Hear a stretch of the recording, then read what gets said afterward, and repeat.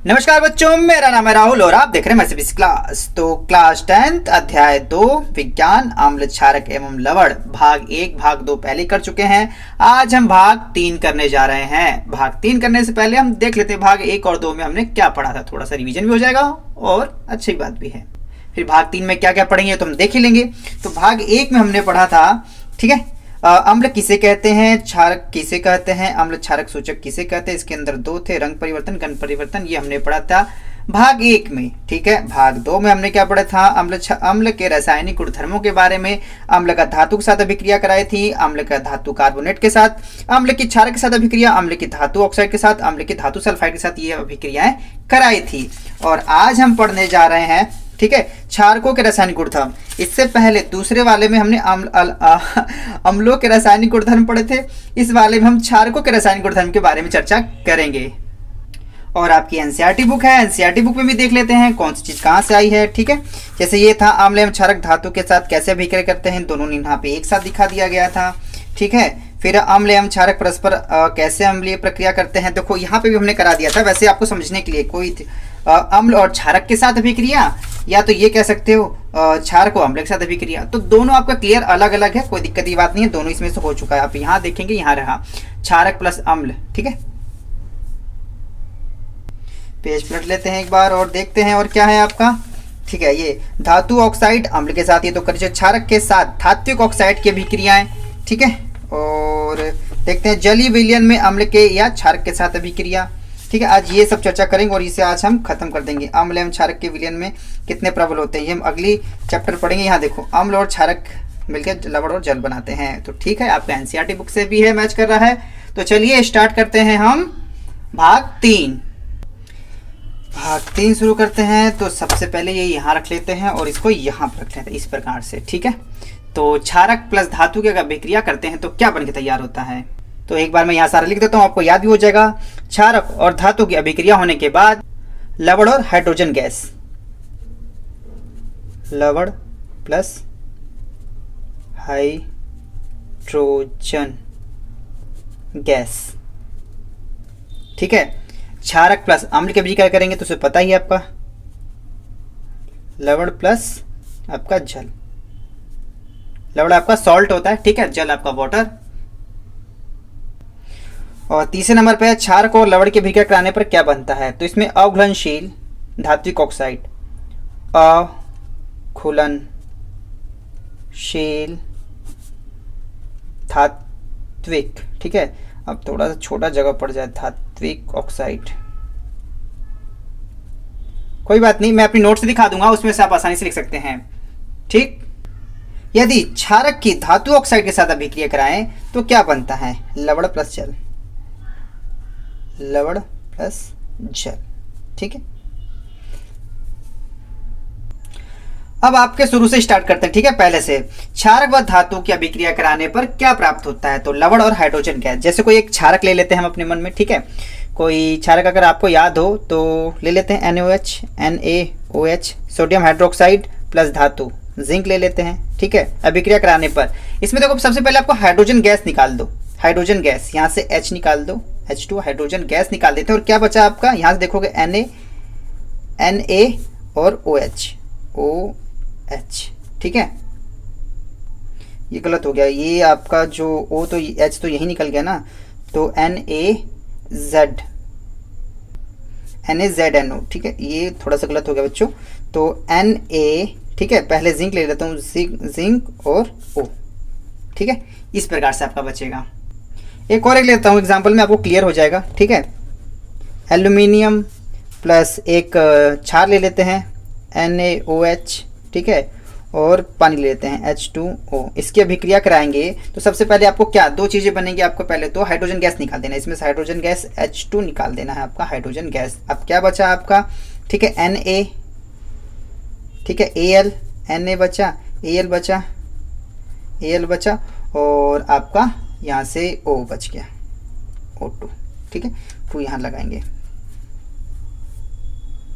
इस अभिक्रिया को बनाने के लिए सबसे पहले आप हाइड्रोजन गैस बाहर निकाल देंगे, जो बचेगा उसे आपको लिख देना है सिंपली। ठीक है, इसे लिखें कैसे एक बार नोट्स में देख लेते हैं हम। ठीक है,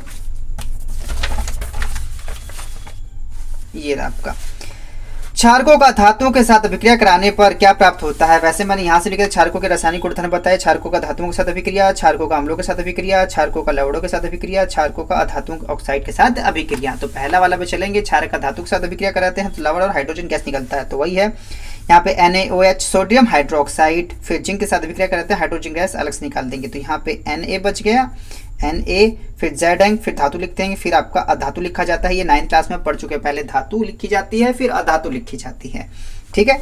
दूसरा एग्जाम्पल एल्यूमिनियम है। अब देखो यहाँ पे मैंने समझाते समय मैं कई बार छोड़ देता हूँ, NaOH क्या है, तो ये आपका सोडियम हाइड्रोक्साइड, ठीक है, H2O के जल के साथ अभिक्रिया करती है, तो इसमें हाइड्रोजन गैस पहले अलग से निकाल देंगे, ठीक है। फिर आपका सोडियम, फिर एल्यूमिनियम, फिर ऑक्सीजन, तो सोडियम एल्यूमिनेट,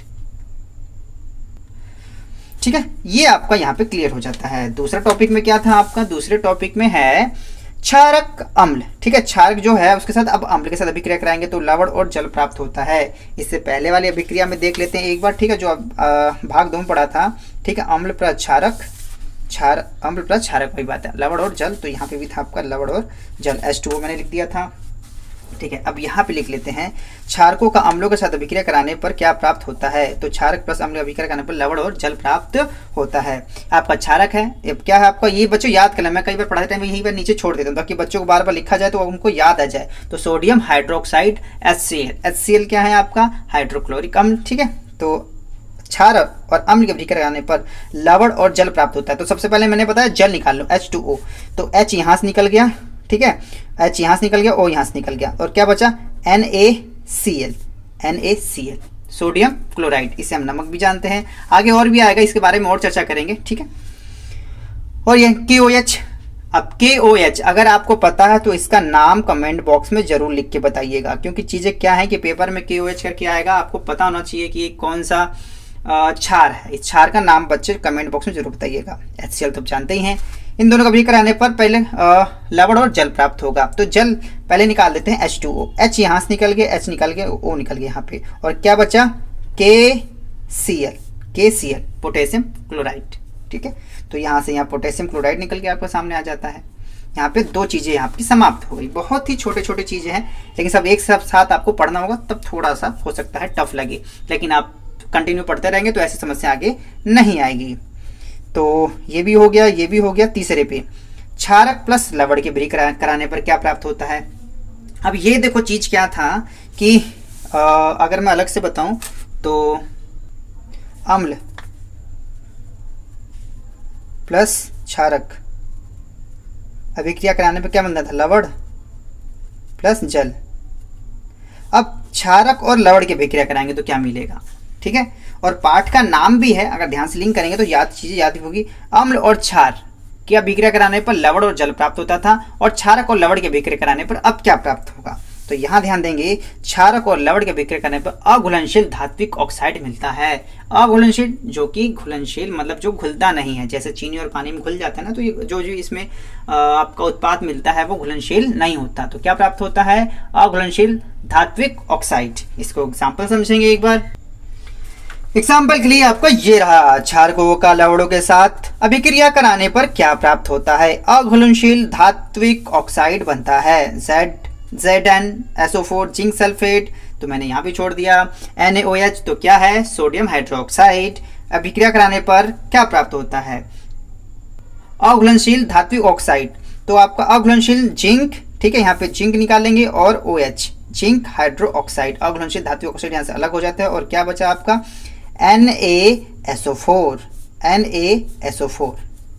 दूसरा ले लेते हैं फेरिस क्लोराइड NaOH, इसकी अभिक्रिया कराएंगे तो फिर आपका अघुलनशील धात्विक ऑक्साइड अलग से हो जाएगा, जो आपका धातु ये ले लेंगे, अघुलनशील है, और हाइड्रोक्साइड OH हाइड्रो ऑक्साइड अघुलनशील है, ठीक है। और क्या बचा यहाँ से Na और Cl, क्या बचा NaCl, तो NaCl यहाँ पे सोडियम क्लोराइड यहाँ पे आसानी से बच जाता है आपका, ठीक।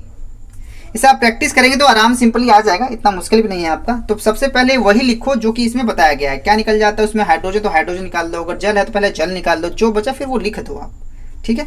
2 ही टर्म तो आ रही है, जब 3 टर्म आएगी तब आपको बताया जाएगा, वो भी सिंपल है। जब इतनी चीज़ें आपकी वैज्ञानिकों ने बनाई हैं, पढ़ा रहे हैं इतने सालों से लोग, तो सिंपल होगी तभी तो समझाया जा रहा है आप लोगों को।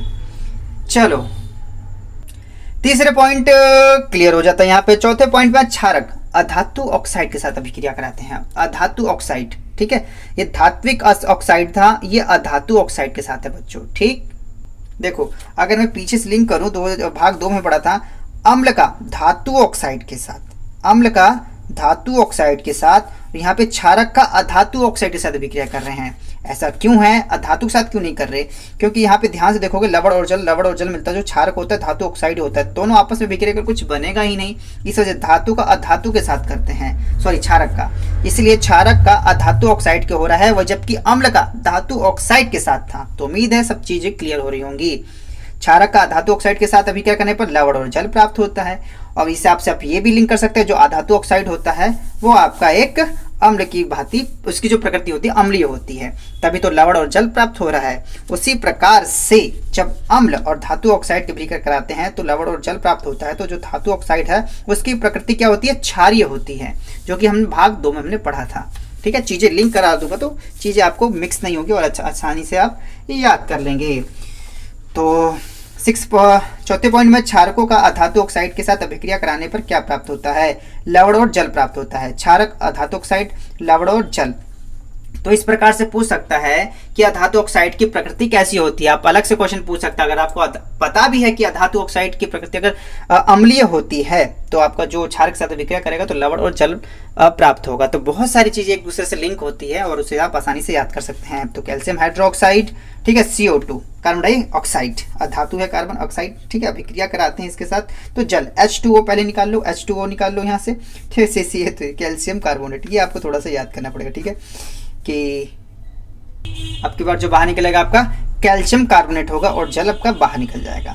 ठीक है, यहाँ से आपका क्लियर हो जाता है कि जो इस भाग 3 में हमने पढ़ा क्षारकों के साथ रासायनिक गुणधर्म। ठीक है, तो क्षारक के धातु के साथ करते हैं तो लवण और हाइड्रोजन गैस, क्षारकों अम्ल के साथ लवण और जल प्राप्त होता है। क्षारक लवण करते हैं अघुलनशील ऑक्साइड, धात्विक ऑक्साइड, क्षारक अधातु ऑक्साइड के साथ तो लवण और जल प्राप्त होता है।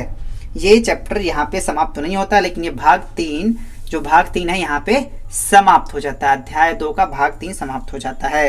भाग 2 में क्या पढ़ा था वो भी आपने देख लिया, भाग 1 में क्या पढ़ा था हमने वो भी देख लिया। इसके बाद भाग 4 में क्या पढ़ेंगे वो मैं आपको दिखा देता हूँ। ठीक है, कोई डाउट होता तो आप कमेंट बॉक्स में जरूर बता सकते हैं। और जो इसकी PDF है ना, मैं आपकी इसकी PDF मैं टेलीग्राम पे दे दूंगा। टेलीग्राम का लिंक नीचे डिस्क्रिप्शन में दिया गया है, वहां जाके आप टेलीग्राम ज्वाइन कर सकते हैं। फ्री में PDF मिल जाएगी आपको, कोई दिक्कत की बात नहीं है, आपको लिखना भी नहीं पड़ेगा। ठीक है, लेकिन आप लिखेंगे तो ज़्यादा अच्छा रहेगा। तो भाग 4 में क्या पढ़ेंगे, भाग 3 में तो ये हम पढ़ा है, भाग आने वाले 4 में क्या पढ़ेंगे, अम्ल, क्षारक एवं लवण। ठीक है, भाग 4 में प्रबल क्षारक किसे कहते हैं, दुर्बल क्षारक किसे कहते हैं, प्रबल अम्ल किसे कहते हैं, दुर्बल अम्ल किसे कहते हैं। अध्याय 1 में भाग 1 में हमने अम्ल और क्षार किसे कहते हैं यही पढ़ा था, लेकिन भाग 4 में हम पढ़ेंगे दुर्बल और प्रबल अम्ल किसे कहते हैं और क्षार किसे कहते हैं। उम्मीद है चीजें आपकी क्लियर हो रही होंगी और पढ़ाई घर पे कर रहे होंगे। ठीक है, तो माई सीबीएसई क्लास की इस वीडियो को देखने के लिए धन्यवाद। तब तक के लिए जय हिंद, जय भारत।